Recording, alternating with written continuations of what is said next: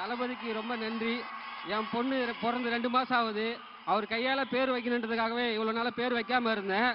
அண்ணன் தமிழரசின்னு பேர் வச்சிருக்காரு. ரொம்ப நன்றி. அண்ணனுடைய வாத்துக்கு என் பொண்ணு 100 ஆண்டு வாழும்.